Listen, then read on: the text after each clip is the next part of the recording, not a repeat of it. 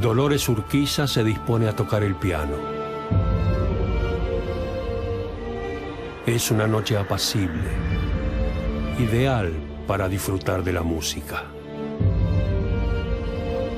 En otro lugar del palacio, su padre, Justo José, se encuentra charlando con su secretario.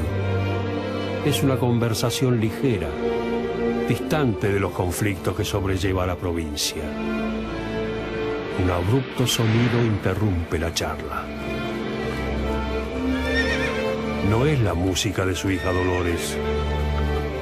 Son sonidos de hombres a caballo, dentro del palacio, acercándose.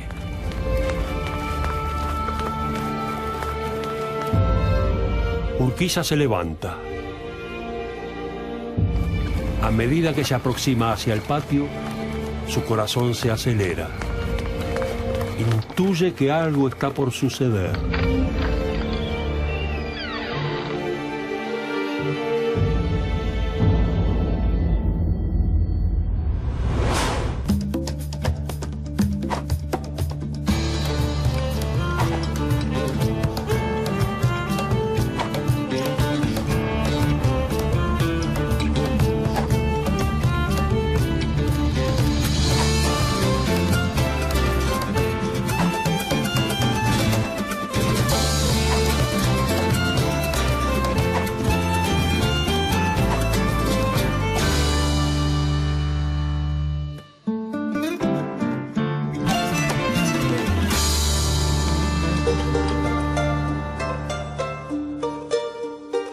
Durante 28 años, el litoral estuvo controlado por un hombre. Su nombre despierta sentimientos encontrados. Fue odiado, repudiado y acusado de tirano. Fue amado, respetado y aclamado como un republicano. Entre la sangre y el fuego de una época turbia de nuestro país, él supo combatir a los hombres fuertes de Buenos Aires. Enfrentó la adversidad, creyó en el federalismo, traicionó y fue traicionado. Su nombre, Justo José de Urquiza.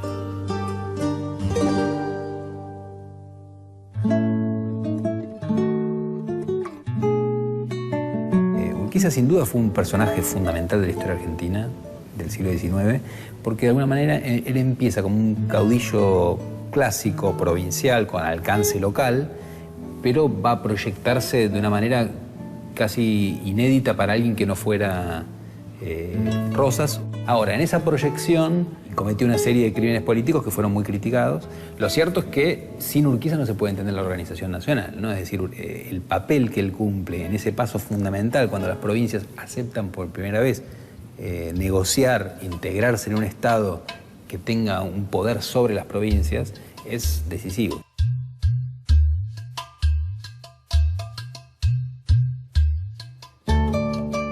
Justo José de Urquiza nació el 18 de octubre de 1801 en Talar de Arroyo Largo, Entre Ríos.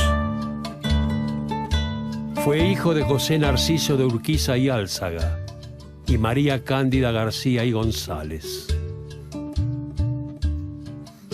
Su padre se dedicó al comercio rural, logrando tener su propia estancia. El joven Justo José pasó su infancia y su adolescencia en el campo. Fue educado por un sacerdote en una capilla que la familia construyó en la estancia en donde vivía. Con la Revolución de Mayo de 1810, las tierras de los Urquiza fueron escenarios de las luchas entre el directorio porteño y el caudillo José Artigas.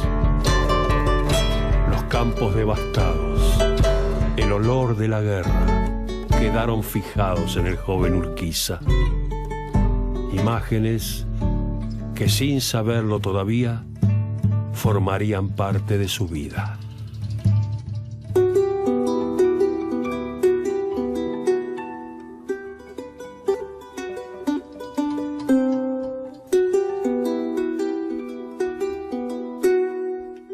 En 1816, Urquiza fue enviado a Buenos Aires. Estudió en el Colegio de San Carlos. Aprendió gramática, latín, teología y filosofía. Pero 2 años más tarde, el colegio fue cerrado y Justo José regresó a Entre Ríos. Gracias a su instrucción, se dedicó al comercio. Comenzó siendo notario eclesiástico, luego dependiente de una tienda, hasta abrir exitosamente su propio negocio. Era un joven brillante e inteligente, gustoso de la buena vida y de las mujeres.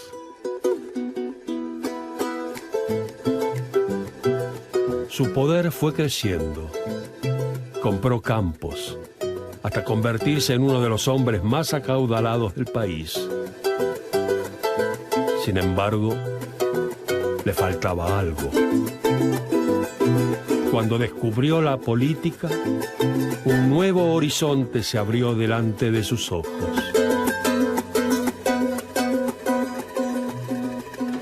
Urquiza empieza siendo un hombre de negocio, empieza siendo un emprendedor, alguien que comienza en esta actividad mercantil, va a tener mucho éxito, de hecho va a llegar a ser, creo yo, o el hombre más rico o uno de los 2 o 3 hombres más ricos de América del Sur en su apogeo, y a partir de eso va a ir construyendo lo político y después creo que, como decía von Clausewitz, la parte militar es nada más que consecuencia de la política, ¿no?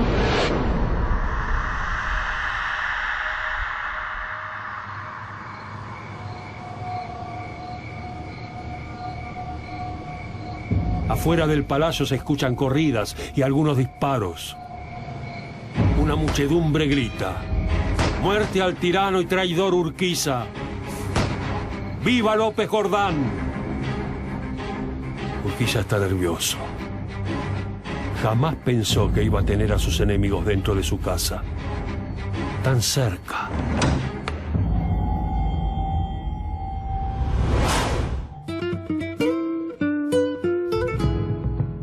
Urquiza comenzó a participar en la política local y en 1823 se unió a un grupo de entrerrianos que buscaba liberar a la banda oriental. En aquel entonces el Imperio del Brasil, recientemente independizado de Portugal, incorporó a la banda oriental como una de sus provincias, lo cual generó mucha resistencia en el Río de la Plata. Urquiza empezó a actuar en política desde muy joven, tenía 20 años, digamos. Ya en 1823 participó de un movimiento entrerriano que buscaba liberar a la banda oriental, que estaba desde 1820 totalmente ocupada por los portugueses. Y al ser parte de ese intento fracasado, se enemistó con el gobernador de Entre Ríos, que era Lucio Mansilla, un porteño, y se escapó a Corrientes. Después Mansilla le pidió que volviera. Incluso lo incorporó a un cuerpo de cívicos miliciano con un cargo militar, pero a partir de ese momento él estuvo ligado con la política permanentemente. El vigor de Urquiza no se apagó en ningún momento. Influenciado por los ideales federales de Artigas y el caudillo enterriano Francisco Ramírez, continuó su carrera política. En 1826 fue electo diputado provincial. Al poco tiempo de asumir, rechazó la Constitución unitaria sancionada ese mismo año en Buenos Aires. Entre 1827 y 1831, Entre Ríos vivió una serie de revueltas políticas. Urquiza no permaneció impávido ante estos conflictos. Se unió a Ricardo López Jordán padre en su intento de tomar el poder, pero fracasaron. La política entrerriana en la década del 20 es muy complicada, ¿no? Es decir, hay muchos cambios y mucha injerencia, tanto de Santa Fe como de Buenos Aires. Entonces, entre 1827 y 1831, él participó de 2 intentos apoyando a Ricardo López Jordán para apoderarse del gobierno, que fracasan. En uno de esos terminó preso en Santa Fe. Ahí conoció a Estanislao López, con el cual entabló una relación buena. Fue llevado prisionero a Santa Fe. Allí estableció un buen vínculo con el patriarca de la Federación, Estanislao López. El santafesino le escribió a Rosas y le dijo: aquí lo tengo a don Justo Urquiza en clase de detenido. A mi modo de ver, el mozo es ingenuo y de carácter franco, y por lo mismo lo mantengo solamente detenido hasta que se haya nombrado gobierno en Entre Ríos, que entonces le permitiré volver a su casa, si usted no tiene reparo en esto. Al volver a Entre Ríos, Urquiza encontró la provincia estabilizada. El gobernador Pascual Echagüe, un aliado de López, estaba en el poder. Urquiza fue nombrado comandante del segundo departamento provincial. Ya era una figura clave de la política local. En 1832 llegó al poder Pascual Echagüe, que era alguien muy cercano a López. Y con Echagüe se produce algo importante en Entre Ríos, que es que el occidente, la zona de Paraná, sobre la cual tenía influencia Echagüe, y el oriente, de la cual provenía Urquiza, por primera vez logran un consenso, ¿no? Es decir, logran esta cosa de la división de entrerriana superarla, y eso va a hacer que Entre Ríos vaya de a poco dejando atrás la etapa de los grandes conflictos internos y consolidando un orden nuevo que va a hacer que en la década de 1840 se convierte en una provincia bastante dinámica económicamente y bastante poderosa, que a la larga le va a permitir enfrentarse nada menos que con Buenos Aires, y ventajosamente.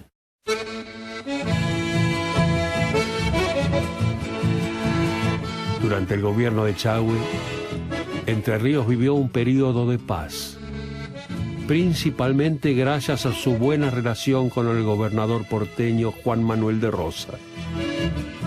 En la década de 1830, Rosas se convirtió en la figura política más poderosa de Buenos Aires y de todo el país. A diferencia de otros federales, Rosas creía que la Confederación no necesitaba una constitución. En el período de predominio rosista, Entre Ríos fue un área estratégica, pues se encontraba cerca de Buenos Aires, de la Banda Oriental, del Imperio del Brasil y de Corrientes. Esta condición hizo que Entre Ríos estuviera en estado de guerra permanente. Entretanto, Urquiza ya era coronel. Acompañó al gobernador Echagüe en todas sus campañas militares a favor de la causa federal. Batalla tras batalla, Urquiza fue perfilándose como un hombre de grandes cualidades para la guerra. No dudó en pasar el cuchillo cuando lo consideró necesario. Entre el humo y la victoria nacía el caudillo. Urquiza va a llegar al poder a partir de su éxito como militar en las guerras a favor de la causa federal, de la Confederación, y va a ser luego un gran aliado de Rosas, ¿no? Lo que va a hacer es que de a poco empieza a opacar a la figura de Pascual Echagüe, el gobernador entrerriano y importante general federal, sobre todo porque después de la batalla de Caaguazú, en la cual Echagüe es derrotado por el general Paz, el viejo unitario que ahora estaba al servicio de Corrientes, Echagüe tiene que abandonar el poder, y al poco tiempo la legislatura de Entre Ríos decide nombrar a Urquiza como gobernador en vez de Echagüe. En 1841 hubo un cambio importante en la política entrerriana. Tras una década en el poder, Echagüe no fue reelecto. En su lugar, la legislatura eligió a Justo José de Urquiza, que ya era un líder reconocido. Cuando Urquiza fue nombrado gobernador, sintió que había alcanzado la cima del poder. Y de a poco empezó a aspirar a un objetivo más grande: tener un país organizado según el federalismo.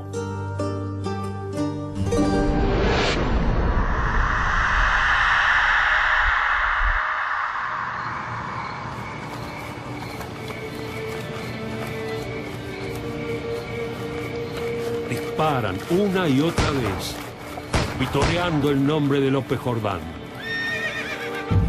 El caudillo, desesperado, intenta regresar a su habitación.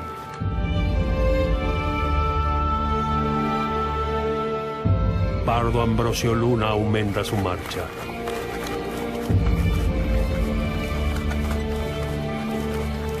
Quiere encargarse personalmente de la muerte de Urquiza.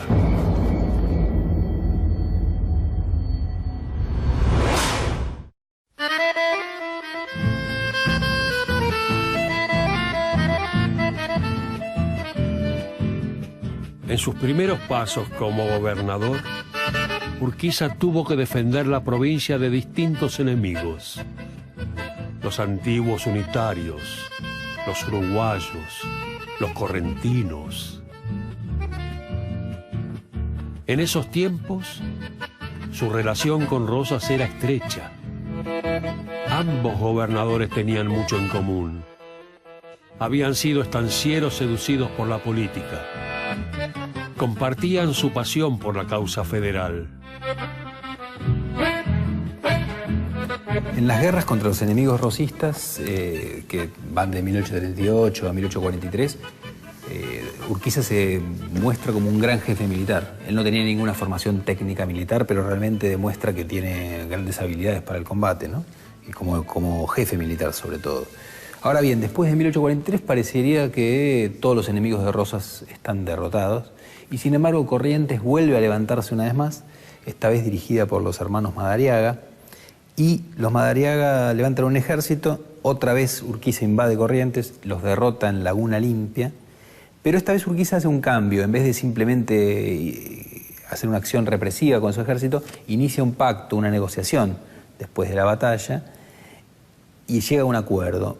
Pero ese acuerdo es desautorizado rápidamente por Rosas, porque Rosas no aprueba ningún tipo de negociación con sus enemigos, es totalmente intransigente.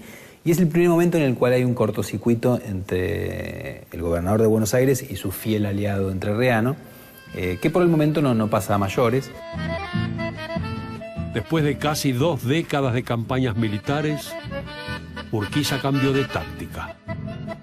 Comenzó a realizar tratados con sus enemigos. No era algo inocente. Sabía que era el hombre fuerte del litoral. Hacer pactos significaba dejar de obedecer las órdenes de Rosas, que jamás pactaba con sus adversarios. Urquiza se sentía al mismo nivel de Rosas. Yo creo que lo que va a descubrir Urquiza es que, en parte, entre los asuntos de la banda oriental de Uruguay y en parte entre los sucesos de la última parte de los 40 en Corrientes, es que él puede ya brillar a la misma altura que Rosas. Que él ya empieza a proyectarse por fuera de Entre Ríos y empieza a ser visto. Durante su gobierno, Urquiza efectuó una gran cantidad de obras públicas. Escuelas, oficinas, teatros, cementerios e iglesias. Fomentó la ganadería, dio préstamos a la producción agropecuaria, alentando a las pequeñas industrias. Su distanciamiento con Rosas permitió que muchos disidentes del régimen rosista fueran acogidos en Entre Ríos. En 1832 había nacido la Confederación. Estaba compuesta por las provincias de Buenos Aires, Santa Fe, Entre Ríos, Corrientes, Córdoba, Santiago del Estero, Tucumán, Salta, Jujuy, Catamarca, La Rioja, San Juan, San Luis y Mendoza. Cada provincia se encargaba de su propio gobierno y solo delegaba en Buenos Aires el manejo de las relaciones exteriores. Después de 20 años de su creación, la Confederación estaba afianzada. Pero Rosas se negaba a permitir que tuviera su constitución. En este sombrío panorama, Urquiza era la única persona con el poder y la influencia para hacerle frente a Rosas. Lo económico es importante. Acá lo que me parece a mí que reclama Urquiza como representante de la clase de ganaderos, terratenientes, hacendados y saladeristas del litoral es igualdad de condiciones con Buenos Aires. Y lo que Rosas dice es los privilegios de Buenos Aires, que teníamos desde antes de 1810, que los seguimos manteniendo, Buenos Aires no los entrega.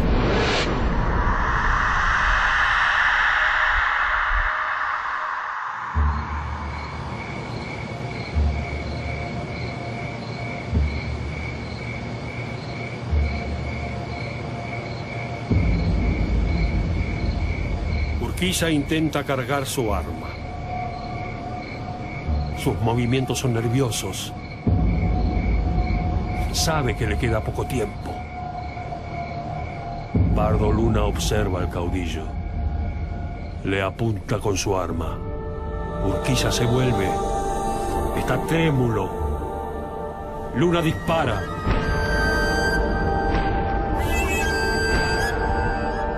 La bala impacta en el rostro de Urquiza, que lanza un grito desgarrador.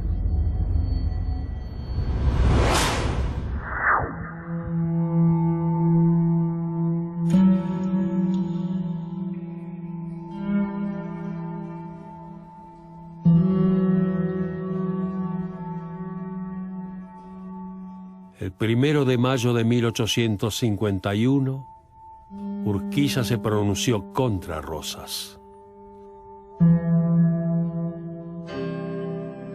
Rosas no permitía que se navegara por los ríos del litoral y eso perjudicaba económicamente al litoral, que tenía que pasar toda su producción por Buenos Aires, que, bueno, claramente Rosas siempre defendió fuertemente los privilegios de Buenos Aires, ¿no? Por otra parte, Urquiza creía que había llegado el momento de hacer una organización constitucional Gracias. Una organización constitucional del país, algo a lo cual Rosas siempre se había opuesto. Para Rosas era mejor seguir durante un tiempo con la Confederación que él dirigía desde su lugar de gobernador de Buenos Aires. El caudillo dijo: ha llegado el momento de poner coto a las temerarias aspiraciones del gobernador de Buenos Aires,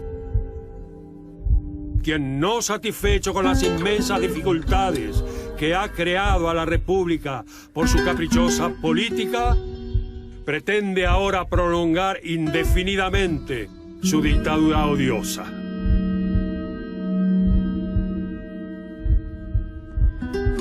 Esta declaración enfureció a Rosas, que tildó al caudillo enterriano de loco, traidor y salvaje unitario. Pero ya era demasiado tarde. Se formó una impresionante alianza militar conformada por los ejércitos de Entre Ríos, Corrientes, Brasil, la República Oriental del Uruguay y disidentes porteños. Este ejército grande sería el encargado de derrocar a Rosas. Urquiza fue designado general en jefe de esta fabulosa fuerza. Entonces Urquiza arma una alianza, cambia la consigna de los documentos de mueran los salvajes unitarios por mueran los enemigos de la organización nacional, y salía con Corrientes, vieja rival de Rosas, con los colorados uruguayos que estaban aislados en Montevideo y que un poco fueron los que armaron el plan, y con el Imperio de Brasil, todos contra Rosas. El caudillo arengó eufóricamente a sus hombres, anunciándoles que se embarcarían en una misión sagrada. El ejército grande se trasladó primeramente hacia el puerto de Punta Gorda, en Diamante. Cruzó el río Paraná, entrando en territorio santafesino. La marcha hacia Buenos Aires duró 40 días.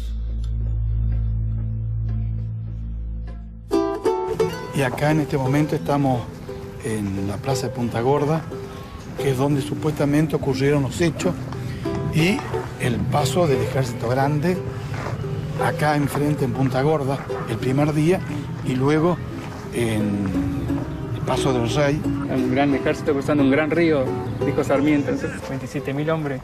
Y 60.000 caballos. Yo digo lo imponente que tiene que haber sido el cruce. El primer día a nado, soldados y caballos.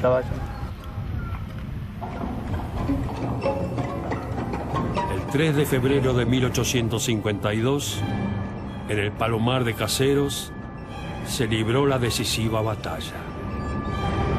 Urquiza se encontraba en su esplendor militar. Durante 2 horas y media, los ejércitos se enfrentaron en una riña sangrienta. Rosas permaneció durante toda la batalla en primera fila. Entre los gritos y los disparos, Urquiza sabía que ganaría. Estaba viviendo un momento clave de su vida. Finalmente, el ejército de Rosas fue derrotado.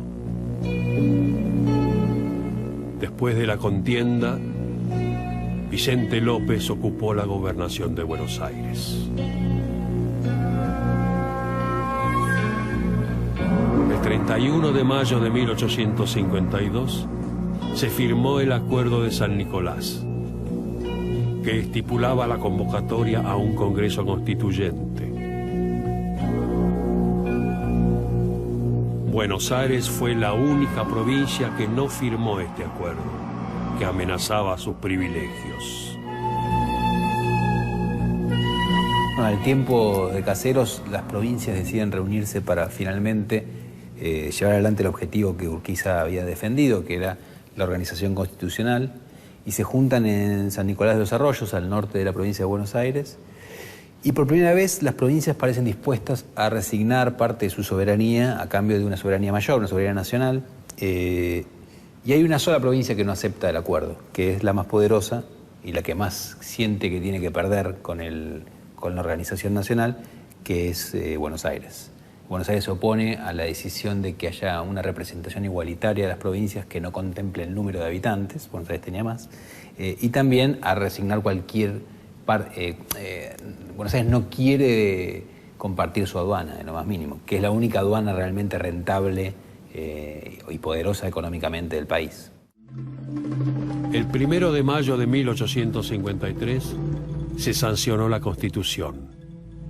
El Congreso sesionó sin la presencia porteña. Urquiza fue nombrado presidente de la Confederación Argentina y Paraná fue elegida como capital nacional. Desde allí, Urquiza ejerció la presidencia durante 6 años.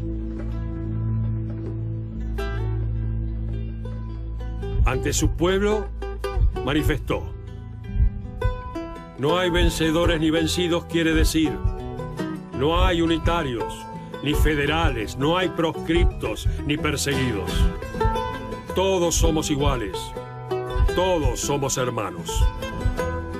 Unámonos los argentinos a la sombra de la bandera de Mayo. Hagámonos dignos de ella, contribuyendo todos a la paz, a la prosperidad y al engrandecimiento de nuestra dilacerada patria.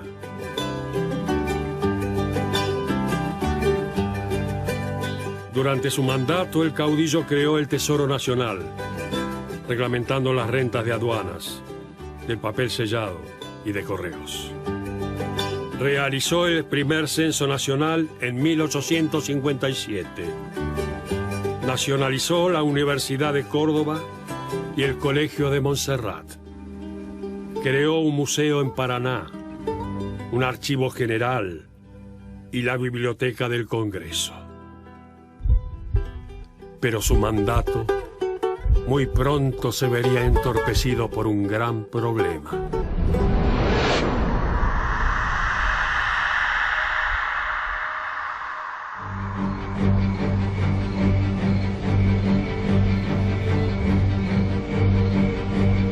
Dolores corre hacia su padre.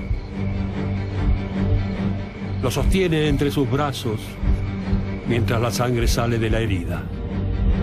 Los ojos del caudillo tiemblan horrendamente. Sus labios murmuran algo incomprensible.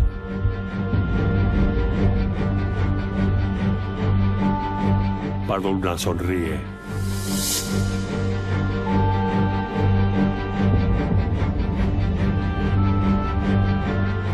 El antes poderoso padre de la Confederación es ahora un hombre débil, moribundo.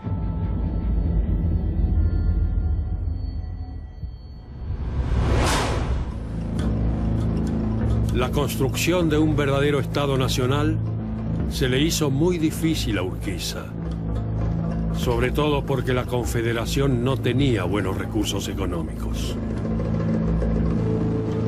Buenos Aires, que estaría separada durante 8 años, prosperaba, y la Confederación se hundía. Urquiza se había dado cuenta de que no había viabilidad posible sin Buenos Aires. Es decir, no había organización posible sin la participación de la única provincia que generaba recursos como para poder financiar un Estado, por ejemplo. Entonces, lo que se necesitaba era una negociación que permitiera que Buenos Aires finalmente ingresara y los recursos de Buenos Aires también ingresaran a todo el país, ¿no? No era el mejor momento interno de la Confederación, que se había mostrado como un experimento político fallido, sobre todo por cuestiones económicas. Imaginar la Confederación sin Buenos Aires es imposible. Pero hay dos ejemplos que lo pintan muy claro. Los diputados de la Confederación no cobraban los sueldos porque no había para pagarles. Y después un viajero inglés, viendo un desfile de la Confederación en Paraná, cuenta amargamente, ¿no? Dice, qué bárbaro, no vio 2 soldados vestidos iguales, porque el ejército de la Confederación no tenía plata para pagar los uniformes. La tensión fue en aumento. Y esto llevó a que Urquiza se inclinara por reincorporar a Buenos Aires por la fuerza. Un nuevo conflicto armado comenzaría. El 22 de octubre de 1859, en Cañada de Cepeda, Urquiza observó a sus hombres y les dijo: el gobierno de Buenos Aires se empeña en provocarnos con un ejército que no puede resistirnos. Pues bien, conquistemos por la acción de las armas una paz duradera. Seguidamente, los 14.000 soldados de Urquiza lucharon contra los 9.000 soldados al mando del coronel Bartolomé Mitre, el hombre fuerte de Buenos Aires. En medio de la noche, Mitre se retiró junto a sus hombres. Después de Cepeda, Buenos Aires fue reincorporada al resto del país. Pero la paz no sería duradera. Pronto estallarían nuevos conflictos entre los porteños y la Confederación, y eso llevaría a una nueva batalla. Pavón. El combate fue violento y rápido. En solo 2 horas, los ejércitos combatieron por la victoria. A pesar de que los soldados litoraleños estaban ganando la contienda, Urquiza optó por retirarse del campo de batalla y regresó a Entre Ríos. Buenos Aires y la Confederación vuelven a chocar en Pavón, y esta vez el triunfo va a ser para los porteños, ¿no? Pero es una batalla muy rara porque la caballería de la Confederación logra dispersar a la caballería porteña y extrañamente, pese a esa ventaja, es decir, cuando la batalla no estaba decidida, Urquiza decide retirarse. Y eso le deja el campo de batalla en manos de los porteños y hace que Pavón sea un triunfo de Buenos Aires. Mucho se especuló desde entonces sobre por qué Urquiza abandona el campo de batalla cuando la batalla todavía no estaba decidida. No sabemos qué pasó. Lo cierto es que también se dio una especie de acuerdo tácito por el cual Urquiza se retira, se atrinchera, entre comillas, en su provincia, y Mitre, que va a ser el nuevo presidente, puede lanzarse a la conquista del país El resultado de las contiendas llevó a dos consecuencias. Por un lado, Buenos Aires se reincorporó a la República Argentina y por el otro, Urquiza se distanció de su cargo, regresando a Entre Ríos. Mitre asumió el gobierno nacional y reemplazó a todos los gobiernos federales de las provincias, salvo a Urquiza, con quien hubo un pacto tácito de no agresión. Urquiza permaneció refugiado en su palacio de San José, dedicándose a los negocios agropecuarios. Aquel caudillo que había sabido alcanzar el cenit del poder, ahora era apenas una sombra. Muchos no le perdonan lo que hizo en Pavón y a partir de ese momento para buena parte del federalismo del interior se convierte en un traidor, dado que no reacciona contra los avances mitristas de los liberales sobre los federales en el interior. Cuando hay levantamientos contra Mitre, como los de Peñalosa, él no hace nada para apoyarlos, pese a que le piden eso, ¿no? Más tarde, cuando Mitre lanza la guerra contra Paraguay, Paraguay era un viejo aliado de los federales, Urquiza no reacciona en contra, sino que, por el contrario, convoca a las tropas entrerrianas para ir a atacar a los paraguayos y en un momento genial los entrerrianos se niegan a ir a atacar a Paraguay. Dicen, si es contra los porteños o contra los brasileños, que son enemigos históricos, lo haremos, pero no contra Paraguay. Y a partir de ese momento su estrella cae fuertemente. Cuando se produjo la violenta guerra del Paraguay, liderada por el presidente Mitre, Urquiza lo apoyó. Esto levantó duras críticas contra el caudillo entrerriano. Entre sus detractores se encontraba Ricardo López Jordán hijo, un hombre que había militado junto a Urquiza. Fue el principio del fin.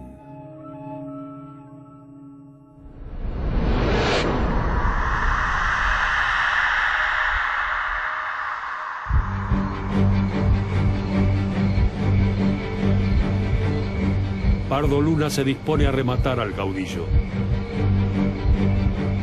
Da una orden. Urquiza observa la mano de un sujeto que se aproxima. Trae un cuchillo. Nicomedes Coronel, su antiguo mayordomo y protegido, apuñala a Urquiza una y otra vez.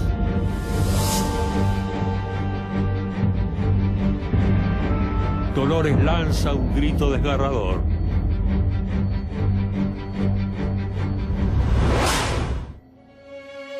En 1868, Urquiza perdió las elecciones. En 1870, terminada la Guerra del Paraguay, realizó una celebración en su palacio, invitando a muchos de sus antiguos enemigos. Fue la gota que rebalsó el vaso. López Jordán organizó rápidamente una revuelta contra Urquiza. El 11 de abril de 1870, mientras el caudillo se encontraba en su palacio San José, una partida de 50 hombres ingresó en la residencia.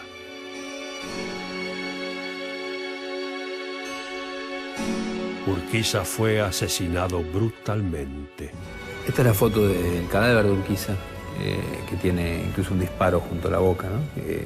Que marca también un final trágico del personaje, que es la consecuencia de la decadencia progresiva de su figura que empieza a partir de Pavón, ¿no? Es decir, para muchos Urquiza es un traidor a la causa federal.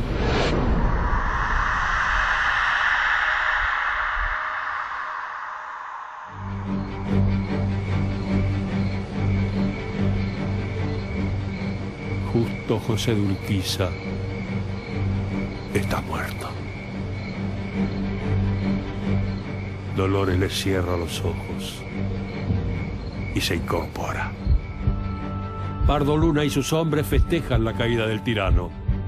Hay risas mientras vitorean el nombre del general López Jordán.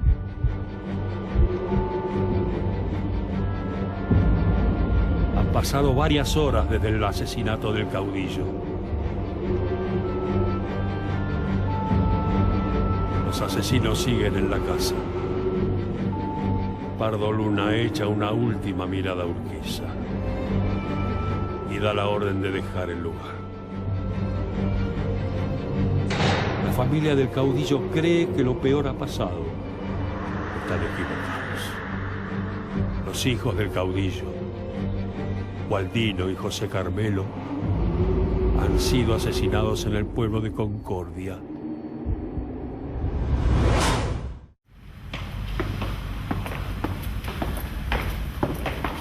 Esta tumba está desde el año 1967, pero Urquiza fue asesinado en su casa, en el Palacio San José, el 11 de abril de 1870, a la tardecita, a las 7:30 de la noche, como dice en las placas que nos han dejado la familia.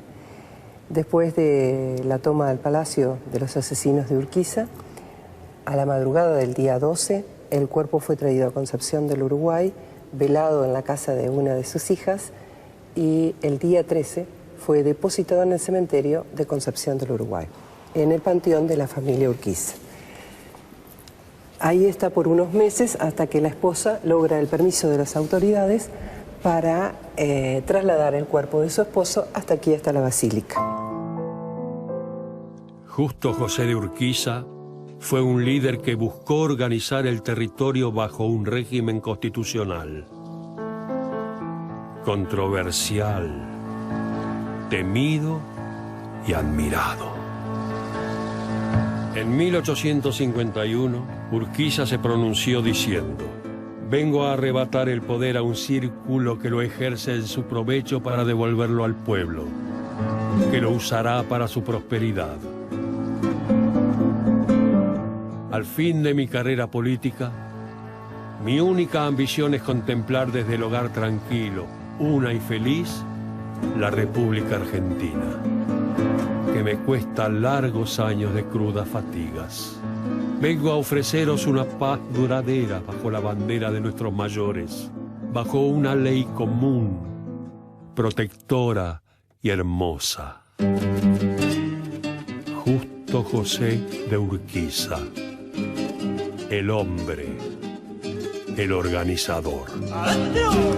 Hace tiempo y buscando por ahí una chacarera, allá en los montes que hay en mi pago, campo afuera. Campo de la Rudita, monte adentro, en Tulumba la he de encontrar. Linda su bata de Pecalma y la doña Dominga la chacarera.